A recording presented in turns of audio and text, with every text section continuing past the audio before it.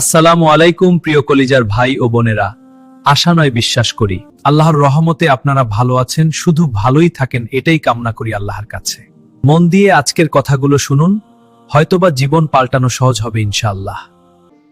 Number 1, যে মানুষ ধৈর্য ধরে সে শেষ পর্যন্ত সফলতা পায়। জীবনে অনেক সময় কঠিন পরিস্থিতি আসে, তখন যারা তাড়াহুড়া না করে ধৈর্য ধরে চেষ্টা চালিয়ে যায় তারাই শেষ পর্যন্ত সফল হয়।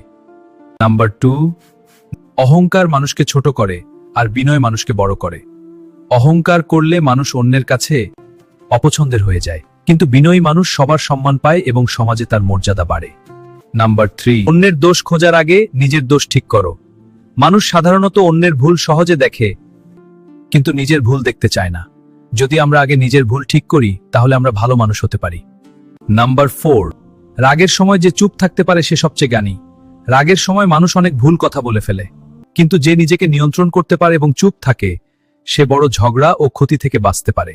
নাম্বার 5, মানুষের উপকার করো, কারণ ভালো কাজ একদিন তোমার কাছেই ফিরে আসবে। ভালো কাজ কখনো বৃথা যায় না। আজ আপনি কাউকে সাহায্য করলে হয়তো একদিন অন্য কেউ আপনাকে সাহায্য করবে ইনশাআল্লাহ।